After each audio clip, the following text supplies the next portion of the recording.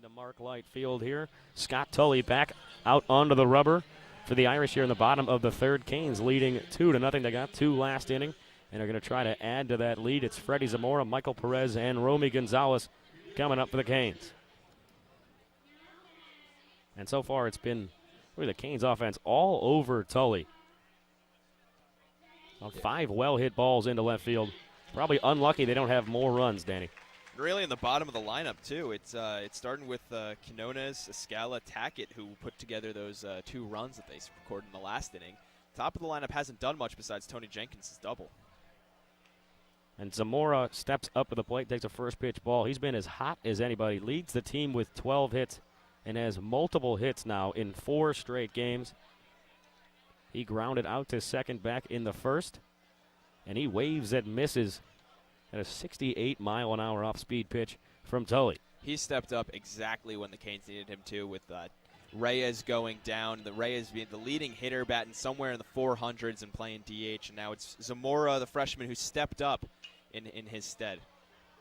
Last week, Freddie Zamora started the week with an average of 136. He's now all the way up at 286, and is now one of the higher averages on this team. He started today with the 4th highest average, and he's still in that spot now, I believe. As the count now 1-2 on him. Lefty-righty matchup here between Tully and the right-handed hitting Zamora as he calls time and steps out of the box. Remarks on the uniforms. It's an aggressively green showing from Notre Dame. They are wearing green pants with full green jerseys, green hats, while the Canes wearing their white on white with a little breast cancer awareness game, as that one's fouled away. A little breast cancer awareness game, so they're wearing the shirt sleeves underneath in pink with the white vests over it. But what do you think of this green coming out of Notre Dame? I've always been a huge fan of the vest uniform, so I love the Canes one showing a little support for breast cancer awareness as well. But these Irish jerseys are objectively hard to look at. As the 1-2 pitch is hit right out to center field, right at Myers, who squeezes it without even taking a step to his left or right for out number 1. I mean, all green. They got green socks, green jerseys, green hats. I mean, even the brim on that hat is green. It is aggressive, and it is not working. They could almost be, lumberjacks heading out into a forest, never be seen. If you look at them too hard. And then I like when they're at the plate with the golden domes. It really adds to that Notre Dame gold effect. But quite literally, the golden domers, just like in football with those helmets. As Michael Perez steps up and takes a first pitch ball. Miami enters the game 5-7. They tried to get back to 500 on Wednesday at FIU, but were unsuccessful, losing that game 5-3. And Notre Dame enters this game 6-4. As now we get into the thick of the season with the beginning of ACC play starting, and really a huge series here at Mark Light Field for the Canes.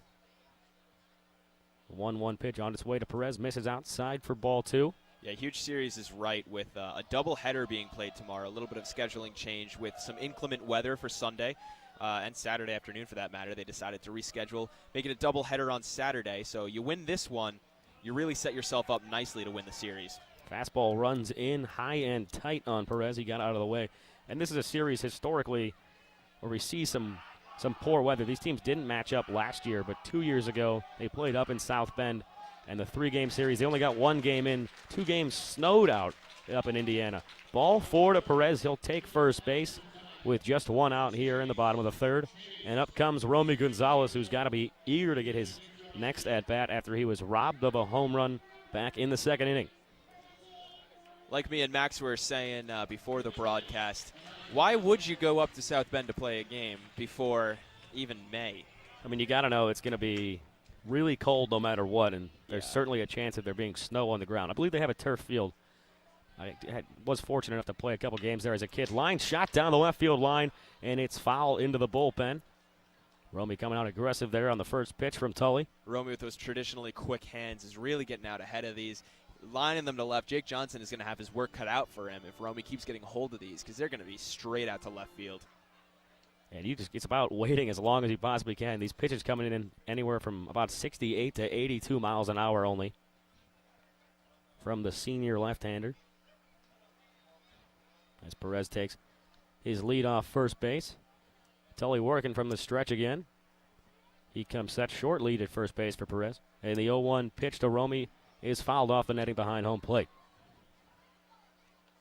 Romy this year hitting 196. With the runners on base, though, he's hitting 250. And as we said, he did get just about all of one last inning. Probably one of the better plays I've seen this season with Jake Johnson. The lefty reaching up all the way to his right beyond the wall and bringing that ball back. We've seen a lot of stellar defense against the Canes, but that might take the cake so far. 0-2 pitch low in the dirt. And a nice stop there by LaManna. Good read by Perez at first. Got a nice secondary, but goes nowhere. And a nice play there by the catcher. And yeah, I mentioned we saw the Canes got on SportsCenter top 10 over the weekend. And that play right there could easily be on SportsCenter tonight and tomorrow in the top 10. And Jake Johnson's getting a ton of action out there in left so far. As Romy steps back into the box, and he's ready for the 1-2 pitch here from Tully. Tully sets and fires and misses high for ball one. Throw down to first, but Perez is back in there safely. Yeah, he's getting a little too overeager on his secondary leads. So nice little check from LaManna, and he nearly picked him off too, which would have been really devastating for the Hurricanes, totally taking them out of this inning. Perez 1 for 1 on the season in stolen bases. The Canes' leader in stolen bases is actually the man up at the plate right now in Romy Gonzalez.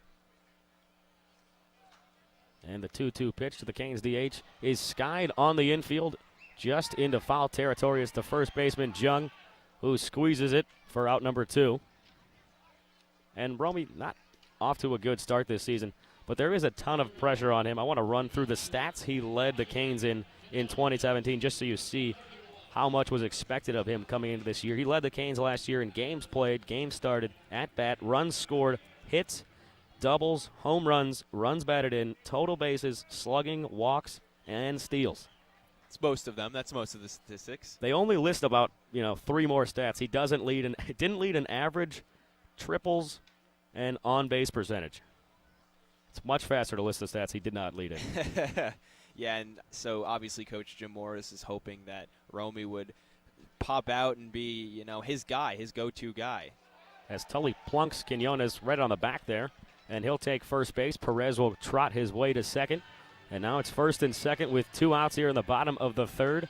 And it's Willie Escala coming up for the Canes, who doubled the left center in the second. That's one of those that does not hurt a bit. I'm sure Quinones is A-okay with taking a plunk right there. Nice soft 68-mile-an-hour breaking ball right off the backside. Probably didn't even feel it. Yeah, if he got out of the way of that, I'm sure he would have been hearing it from his teammates and coaching staff over there. Because when it's thrown right at you on the lower back, you just turn 68 miles an hour, like you said. Easily just brush that one off and take the base, especially with 2 outs. As the catcher, LaManna, steps in front of home plate to give the signs to his infield. Escala hitting .225 on the season. .333 with the runners on base. He's got 1 RBI on the season, looking to add to that with a hit here, and he swings right through a first pitch fastball for strike 1. Interesting, this infield kind of playing at double play depth despite 2 outs on the board. I mean, I'd expect the second baseman Podkul be holding on Perez over at second, but the corners they're in as well, Jung and Vierling, first and third respectively, not playing far back on that grass. Maybe they're giving Willie Escala a little benefit for his speed. And the pitch to Escala misses outside. And the count now even at 1-1. Big spot here for Escala. Hunter Tack, he doubled to left center. Hunter Tackett on deck also doubled to left center. Really got things going for the Canes in that second inning. Escala, I believe, did come around and score the Canes' second run. And the 1-1 pitch to him is fouled off the netting behind home. Hurricanes really getting good pieces on these baseballs, just not able to even it out and push it into fair territory. They're slicing them, but hard foul balls back into the netting over and over again. And a guy who has more walks on the season than strikeouts is the pitcher, Scott Tully. He's a guy you can definitely be patient with. But Escala is behind the count 1-2, and he'll call time. Home plate umpire Jeff Head gives him time. It's a quiet night here in Coral Gables. You can kind of tell it's spring break. How many people on campus today as well? 1-2 count. And the pitch to Escala is a check swing foul ball out of play down the right side. He'll have another chance and another chance to take a full swing this time. And it is amazing how cold it is, given there's really no wind on the field or in the stands tonight. And I say chilly. It is 64. So hopefully you're not tuning in from, the northern part of the United States and angry at that temperature, but it feels colder than that. Seems like the Northeast is giving us a little taste of their medicine with their snowstorm. They were like, hey, take some of it.